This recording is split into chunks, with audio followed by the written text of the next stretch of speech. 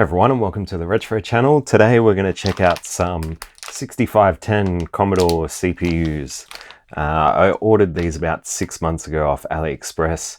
Around the same time, Noel from Noel's Retro Lab did a video on fake chips. So I didn't really want to do the same thing at the same time, so I sort of put these aside, and 6 months later, here they are. The reason I ordered them was to replace the CPU in that Commodore just up behind me, because that one had a faulty one, so it needed a replacement, and I found a lot of 5 for about $50 US, which seemed like a pretty good deal. So I went ahead and ordered them, and pretty much forgot about them until now. Now, because I ordered them about 6 months ago, the buyer protection has run out, so I'm hoping these are not fakes, but there's only one way to find out. Alright, so here they are. They did come in ESD safe packaging, so that's quite good. I don't know about the actual foam though, but it's a good start, I guess.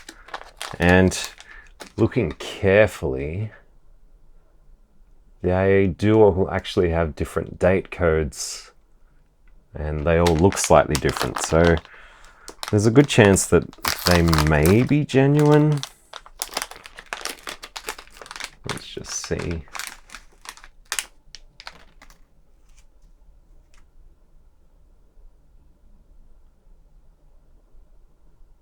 So yeah, all different date codes.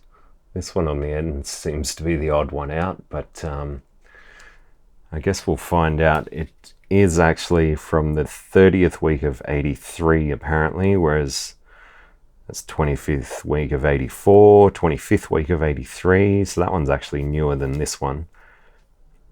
50th week of 86 and 35th week of 84. So not really many clues there. Let's have a look at the underside of them.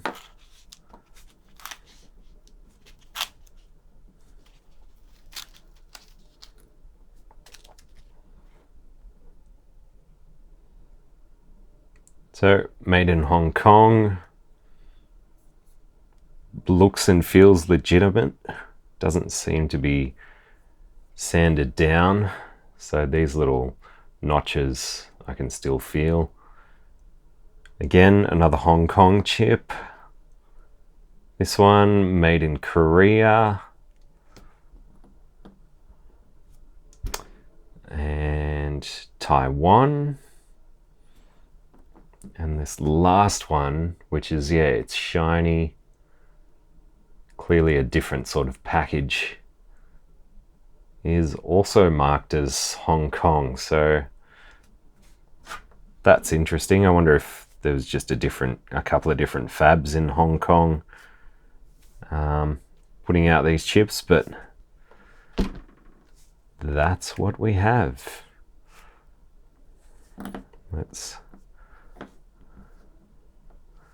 We could do the acetone test and see if any of this stuff comes off. If the cotton bud comes up black, then we'll know that these chips have been painted and remarked. Or we could just throw them straight in the test bed and see what they do. I'm tempted to just be reckless and just throw them in this thing and see what happens. So let's go ahead and do that. Alright, so as you can see, the 64 is currently working. I've got the full diagnostic harness hooked up at the moment, so it's a good way to make sure that other things apart from just booting up are actually working as well. So this is the current CPU, which I know it works, so let's pop that out. And we'll start with the 3584 made in Hong Kong. And make sure I put the notch up the right way. Ooh, a couple of legs on this one are bent. So that could have happened just in shipping. But apart from that, they look like they've been re-tinned. They're all really shiny. They don't appear to have been cut either. So maybe it's a fake, or maybe it came from a Commodore that had the CPU socketed, because generally they get cut short if they're soldered directly onto the board. But all of these chips have nice shiny legs, even though a couple of them are bent, but they all have very shiny legs and none of them are cut short. So I don't know what to make of that yet, but we're just gonna straighten them out.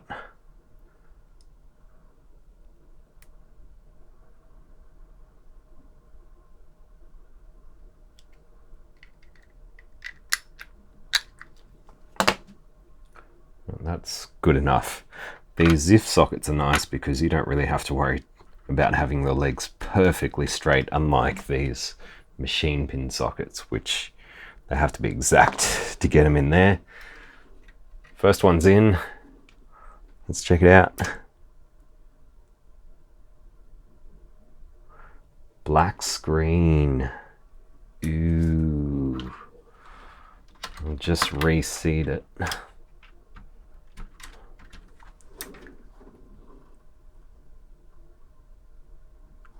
Yep. Black screen, so that's a bad start.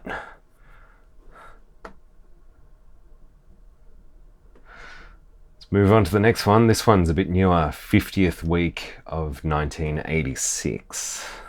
The legs look perfectly straight.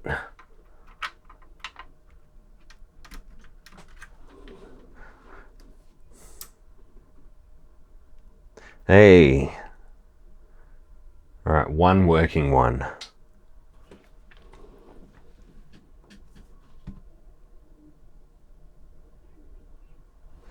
While that does its thing, I'll have a closer look at this one. So the printing on the chip itself is up towards the top of the chip. It's not, the rest of them are all centered on the chip, but this one's actually, it's almost shifted upwards. So there's a good chance that this one has actually been remarked, because I've never seen it in that sort of alignment. So yeah, that could be a giveaway.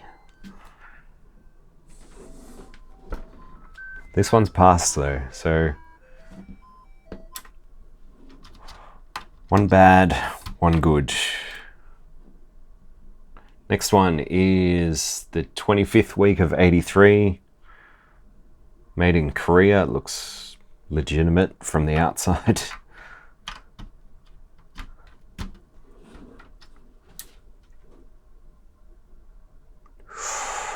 Ooh, no. Just try and reseat that. Might not have been in that ZIF socket properly. Ah, cool. So this one works. The other two, the remaining two look different again, so I guess we'll see how they pan out. So this one looks good. It's passed all the tests. Number 4, made in the 25th week of 84, apparently, in Taiwan. Let's see.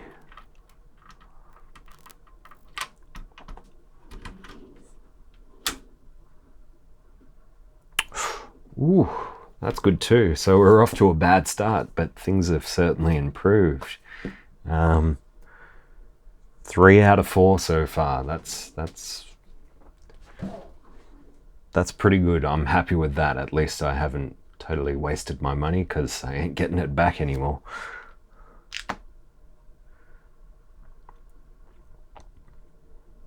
Usually the buy protection, especially on AliExpress, is pretty good. So if you do end up getting fake chips, it's generally pretty easy to get your money back.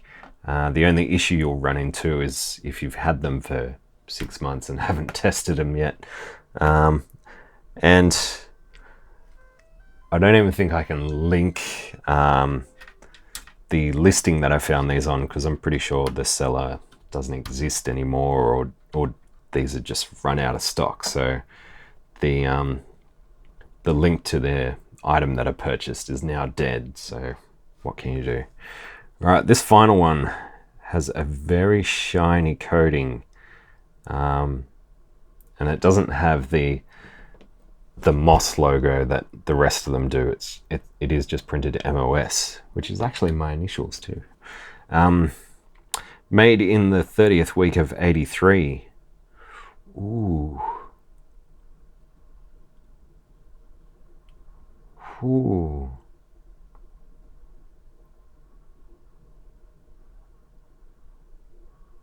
I think I was born in the 30th week of 83. This is like my birth chip. Not that I gave birth to it. Anyway, Hong Kong, apparently, 30th week of 83. Let's see.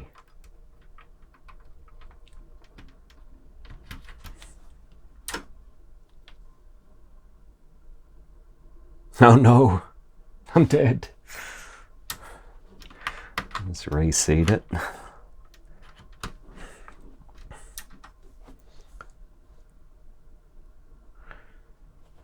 So, what does that say about things made in the 30th week of 83? I don't know, but this one ain't working.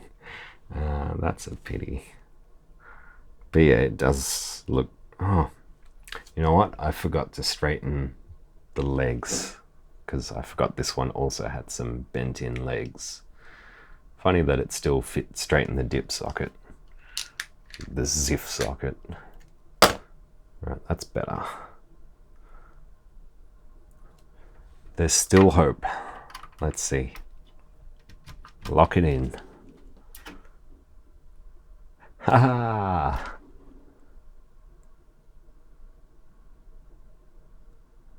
I'm not illegitimate after all. So, is this a fake chip? Is it dead? That's what we need to find out. I'm going to try it one more time.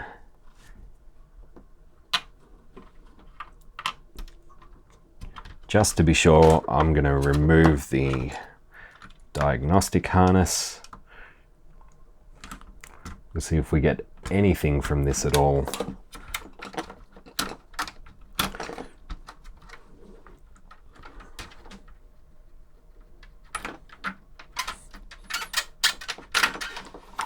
Right. Harness is removed. Chip is firmly in. Nothing. On the dead test, nothing.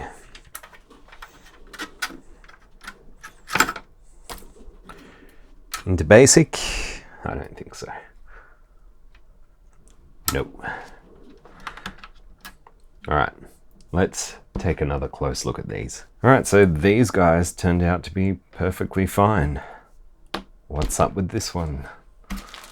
Let's try the acetone test. See if anything comes off.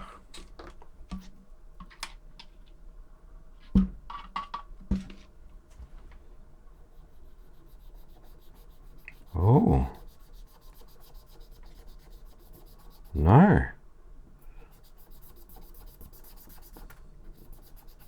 Apart from a bit of dirt, nothing's actually coming off.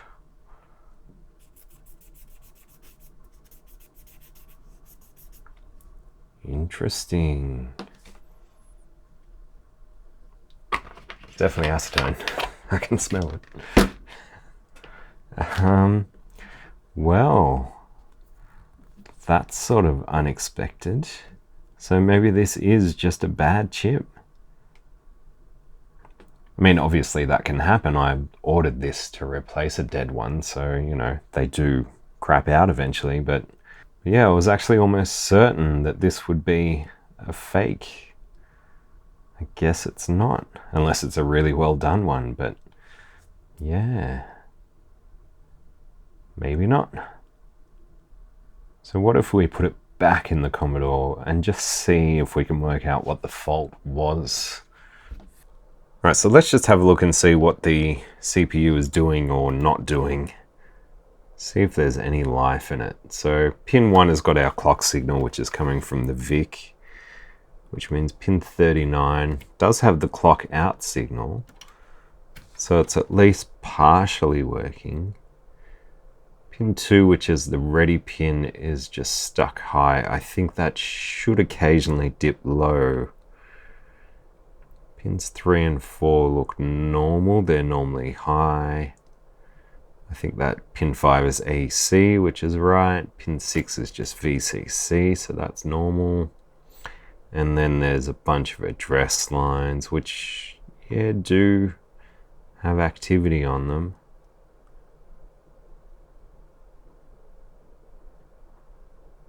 So that all looks pretty normal.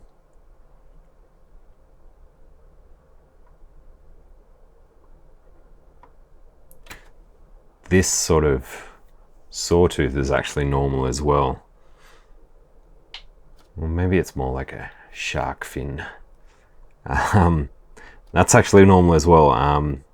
Recently watching a video from Yan Beta, I did see he came across the same thing and thought it was an issue, and if I hadn't seen that video at all, I'd also probably think that's not right, but apparently that is normal for those address lines. And around the rest of the chip, things look pretty normal. That doesn't look normal. It's sort of stuck between a high and a low. So I don't think that's right.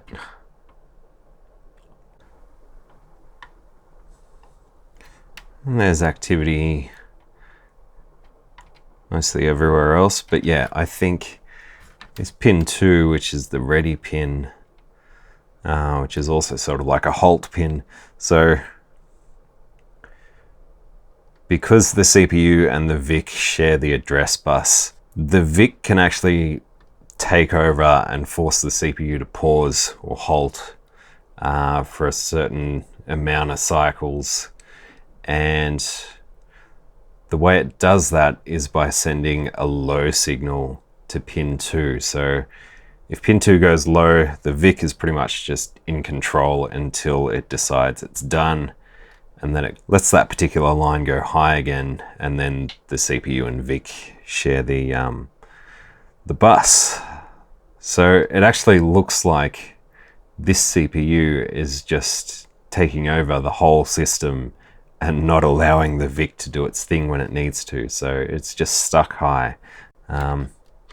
We'll just throw in a known working CPU, which I now have plenty of, thankfully. We'll put this original one back in. And if we look at pin 2, there we go. Zoom out a little bit so you can see that every so often there's a dip. So when there's a dip, the VIC is doing some extra work and it's forcing the CPU to pause whatever it's doing on the bus. So that's how it's supposed to look, and obviously that's not how it looks with our faulty CPU. So yeah, it almost works too well. It doesn't want to share.